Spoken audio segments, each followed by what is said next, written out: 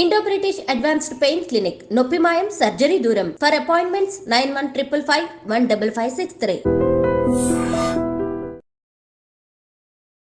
Hello guys, welcome back to our channel. ఈరోజు మనతో ఉన్నారు సర్టిఫైడ్ ఫైనాన్షియల్ ప్లానర్ అయిన రామచంద్రమూర్తి గారు. ముఖ్యంగా ఇప్పుడు అప్కమింగ్ హాట్ థీమ్ అంటే ఈవీ అని చెప్పేసి చెప్తా ఉన్నారు. గడ్కరీ గారు ఇచ్చే సంచలనమైన స్టేట్మెంట్స్ కూడా దానికి మంచి బూమ్ అయితే ఇస్తున్నాయి. అయితే ఇది ఎంతవరకు వర్కౌట్ అవుతుంది, ఇందులో ఏమేమి కంపెనీస్ ఉన్నాయి, ఏంటి పరిస్థితి అనేది మొత్తం అనాలిసిస్ తెలుసుకుందాం.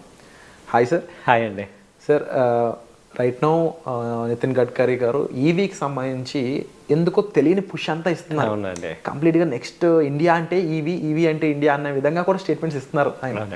అండ్ కాకపోతే ఆ థీమ్ హాట్ అవుతుంది అని అనిపించే లోపే అందులో ఎక్కడో ప్రోస్తో పాటు కాన్స్ కూడా ఉంటాయి కదా. అవునండి. అందులో రిలేటబుల్ సెక్టర్స్ ఇంకేమున్నాయి, రిలేటబుల్ కంపెనీస్ ఏముంటాయి, ఓవరాల్ దాన్ని అనాలిసిస్ చెప్తారా? చెప్తానండి. యాక్చువల్గా ఏంటంటే వీళ్ళు గవర్నమెంట్ ఈసారి ఏం చేస్తుందంటే ఈ ట్రేడ్ డెఫిసిట్ ఎక్కువైపోతుంది. ఆయిల్ గోల్డ్ మీద మనకి మేజర్ ట్రేడ్ డెఫిసిట్ ఉంది.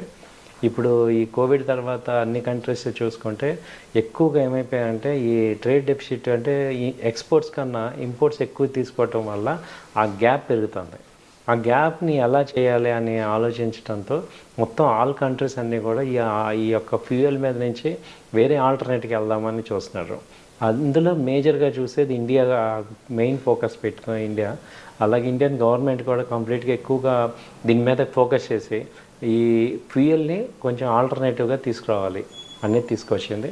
వాటిల్లో భాగంగా ఏంటంటే ఫస్ట్ ఈ బయోడీజిల్ కానీ బయోఫ్యూయల్ కానీ తర్వాత ఆల్టర్నేటివ్ ఫ్యూయల్స్ హైడ్రోజన్ ఫ్యూయల్ ఎలా తీసుకురావాలి, అలాగే ఇలా ఆల్టర్నేటివ్స్ ఫస్ట్ చూస్తున్నారు. తర్వాత ఏంటంటే వెహికల్స్లో కూడా ఈ ఎలక్ట్రానిక్ వెహికల్స్ ఈవీని తీసుకురావటం వల్ల ఈ ఫ్యూయల్ కన్జంప్షన్ మేజర్గా తగ్గిద్దామని చూస్తున్నారు. ఇప్పుడు రీసెంట్గా 2 days బ్యాక్ గడ్కరీ గారు స్టేట్మెంట్ ఏం చెప్తున్నారంటే నెక్స్ట్ ఇప్పుడు ప్రజెంట్ ఈ సేల్స్లో ఆటోమొబైల్ సేల్స్లో ఈవీ వాటా 10% ఉంది. 20 లక్షల వెహికల్స్ అమ్మితే దాదాపు ఒక 8 lakhs 10% ఇవి ఉన్నాయి. ఇప్పుడు 2030కి వీళ్ళ టార్గెట్ ఏంటంటే ఈవీ కన్జంప్షన్ 30 to 40% వస్తుంది టోటల్ వెహికల్స్కి అనేది వీళ్ళు టార్గెట్ చేస్తున్నారు. ఆ రకంగా గవర్నమెంట్ ఎప్పుడైతే ఏ సెక్టర్ అయితే పుష్ చేస్తుందో అవి గ్యారంటీగా పైకి రావాల్సినవే. ఎందుకంటే ఆటోమేటిక్గా ఇప్పుడు మనం చూస్తుంటే 2 years back 3 years back electrical వెహికల్స్కి ఇప్పుడు మెయిన్ కంపెనీస్ కూడా మనం చూస్తే 2 wheelersలో టీవీఎస్ మోటార్ కానీ ఆ తర్వాత హీరో మోటార్ కానీ ఇవన్నీ ఎలక్ట్రికల్ వెహికల్స్ తీసుకొచ్చేసాయి. అంటే ఇవన్నీ బ్రాండెడ్ కంపెనీస్ కాబట్టి అందరం కూడా యాక్సెప్ట్ చేస్తున్నాం. కాబట్టి అదొక పాజిటివ్ ఫ్యాక్టర్. అలాగే ఈవెన్ 4-wheeler కంపెనీస్లో కూడా ఈవీ వెహికల్స్ వస్తున్నాయి. టాటా మోటార్స్ ఎప్పటి నుంచో ఉంది, అలాగే మహీంద్రాది వస్తుంది, అలాగే ఇప్పుడు మారుతి కూడా ఇంకొక 2 yearsలో ఈవీ తీసుకొస్తామని చూస్తున్నాం. కాబట్టి ఇవన్నిటిని చూస్తుంటే ఏంటంటే రానున్న భవిష్యత్తులో ఆయన చెప్పేది నిజమే.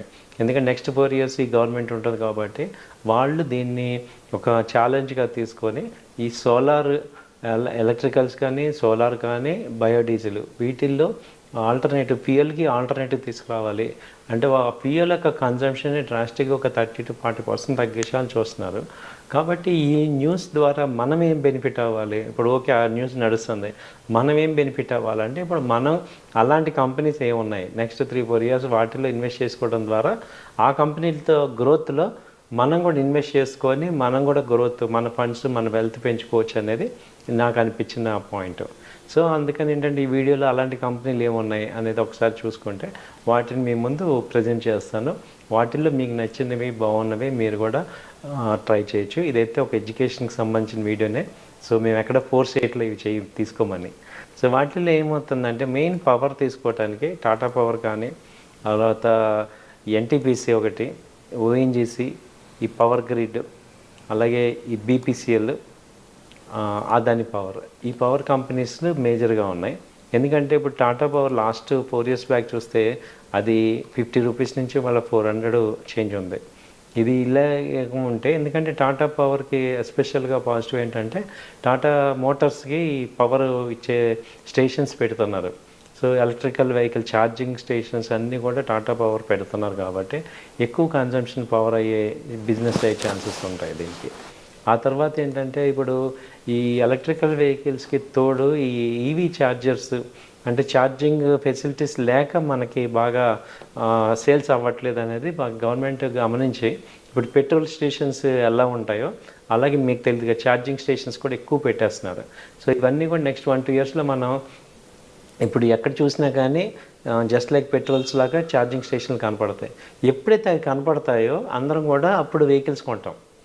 ముందు ఏంటంటే ఈ థ్రెట్ ఒకటి ఉంది, మనం ఇప్పుడు ఎక్కడికైనా వెళ్ళాలి మధ్యలో ఆగిపోతే ఏంటి, ఇన్ని లక్షలు పెట్టి వెహికల్స్ కొన్నాము, ఇది ఆగిపోతే ఏంటనేది కదా మన అందరం ఆపేసేది. అదొక మేజర్ ఏం చేస్తున్నారంటే ఇప్పుడు నెక్స్ట్ మీరు చూస్తే 2 ఇయర్స్లో ఇండియా మొత్తం చాలా కొన్ని వేల పాయింట్లు ఉంటాయి ఇవి ఛార్జింగ్ పాయింట్స్.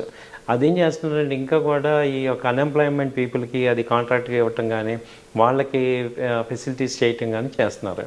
దాంతో ఎప్పుడైతే అవన్నీ మనం చూస్తామో ఆటోమేటిక్గా మనం ఉంటాం. తర్వాత ఏంటంటే ఎలక్ట్రికల్ వెహికల్స్ కొంచెం ఇప్పుడు కాస్ట్ ఉంది. ఆ కాస్ట్ కట్టింగ్కి ఏం చేస్తున్నారంటే ఈ యొక్క బ్యాటరీస్ని తగ్గించడం కానీ కాస్ట్ కట్టింగ్ యాక్టివిటీస్ చేసి నార్మల్కి తీసుకొస్తున్నారు. ఆల్మోస్ట్ ఇప్పుడు 2 వీలర్స్ అదే రేంజ్లోకి వచ్చాయి. పెట్రోల్ వెహికల్ ఏ రేంజ్ ఉందో ఇప్పుడు ఈవీ వెహికల్ కూడా అదే రేంజ్కి వచ్చింది. సో నెక్స్ట్ స్టెప్ ఏంటంటే ఈ 4 వీలర్స్ కూడా ఆ రేంజ్ కనుక వస్తే మనకి కాస్ట్ కటింగ్ బాగా అవుతుంది. సో కన్జంప్షన్ బాగా ఉంటుంది. సో అలాగే ఈవీ బ్యాటరీ మేజర్ సమస్యగా ఉంది, అది కూడా ప్రాబ్లమ్స్ సాల్వ్ చేయడం చూస్తున్నారు. సో ఇవన్నీ కూడా చాలా ఇన్నోవేటివ్గా మనకి జరుగుతున్నాయి. అలాగే టెస్లా కనుక ఇండియాలో మార్కెట్లోకి వచ్చిందంటే ఎలక్ట్రికల్ వెహికల్స్ ఒక రేంజ్లోకి వెళ్తాయి. ఎందుకంటే ఆ రేంజ్ కాంపిటీషన్ కనుక వస్తే అన్నీ అప్డేట్ అవుతాయి. ఎందుకంటే ఒక లీడర్ని ఫాలో అవుతారు కదా, దాని తర్వాత యాన్సిలరీ కంపెనీస్ అన్నీ కూడా ఫాలో అవుతాయి. కాబట్టి మీరందరూ అసలు ఎలక్ట్రిక్ వెహికల్స్ ఏమున్నాయి, అందులో యాన్సిలరీ కంపెనీస్ ఏమున్నాయి అనేది ఒక లుక్ వేసి, ఈ బ్యాటరీస్లో మనకి ఎక్సైడ్, అమర్ రాజ్ ఇలా ఉన్నాయి. అలాగే ఈ యొక్క సోలార్ ప్యానెల్స్, ఎలక్ట్రికల్ అనగానే ఈ 3 వస్తాయి మనకి.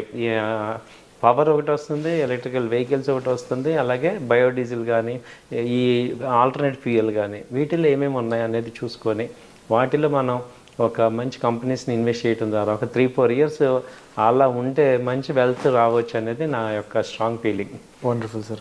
అండ్ రిలేటబుల్గా కూడా దీనికి సంబంధించి అంటే ఈ ఒక ఈవీ బ్యాటరీ తయారు అవ్వాలంటే పరిస్థితి, లేకపోతే ఒక ఈవీ కార్ తయారు అవ్వాలన్నా దానికి రిలేటబుల్ ఇండస్ట్రీస్ కూడా కొంచెం బెటర్ పర్ఫార్మెన్స్ అనేవి చేస్తాయి అనుకుంటున్నాం. ఎందుకంటే 140 కోట్ల జనాభా ఎంత కాదనుకున్నా 50 కోట్లనే ప్రాపర్గా ట్రాన్స్పోర్ట్ యూజ్ చేసుకున్నా సరే ఆ ఇండస్ట్రీ ఎంత పెద్ద అవుద్దో మనం ఊహించుకోవచ్చు. బహుశా నితిన్ గడ్కరీ గారి ప్లాన్ మరి ఎంతవరకు వర్కౌట్ అవుద్దో చూడాలి. అవునండి, ఎండ్ యూజర్ కూడా ఒక అడ్వాంటేజ్ ఉంది సార్. ఇప్పుడు ప్రతిసారి మనం పెట్రోల్ బదులు ఫ్రీగా వెళ్ళటం అంటే చాలా తగ్గిపోతుంది కదా.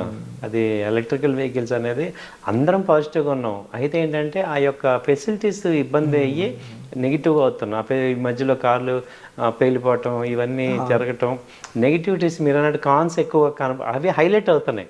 అవి జరిగే ఛాన్స్ 1%. ఆ 1% చాలా హైలైట్ అయ్యి అందరినీ కూడా భయపెడుతున్నాయి. లేకపోతే 1% నార్మల్ కదా, అది అవుట్కమ్ అయ్యి ఈ కాస్ట్ తగ్గి ఈ యొక్క ఫెసిలిటీస్ పెరిగితే మాత్రం అందరం చాలా మంచి ట్రెమెండస్ డిమాండ్ నెక్స్ట్ నేను అనుకోవటం 2 ఇయర్స్లో వచ్చేస్తుంది బాగా. Wonderful sir. అండ్ తప్పకుండా మనం వెల్కమ్ చేస్తే change, but we have to see what happens అనేది. అండ్ వీటిపై ఈ అప్కమింగ్ హాట్ థీమ్పై మీకు ఇంకా డౌట్స్ ఉండి మీరు డిస్కస్ చేయాలి అనుకున్నట్టయితే డిస్ప్లే అవుతున్న నెంబర్స్ కాల్ చేసి మీరు రామచంద్రమూర్తి గారితో పర్సనల్ అపాయింట్మెంట్ అనేది బుక్ చేసుకోవచ్చు. సో వచ్చే ఎపిసోడ్లో మళ్ళీ కలుద్దాం. Thank you so much. Thank you sir. నమస్తే.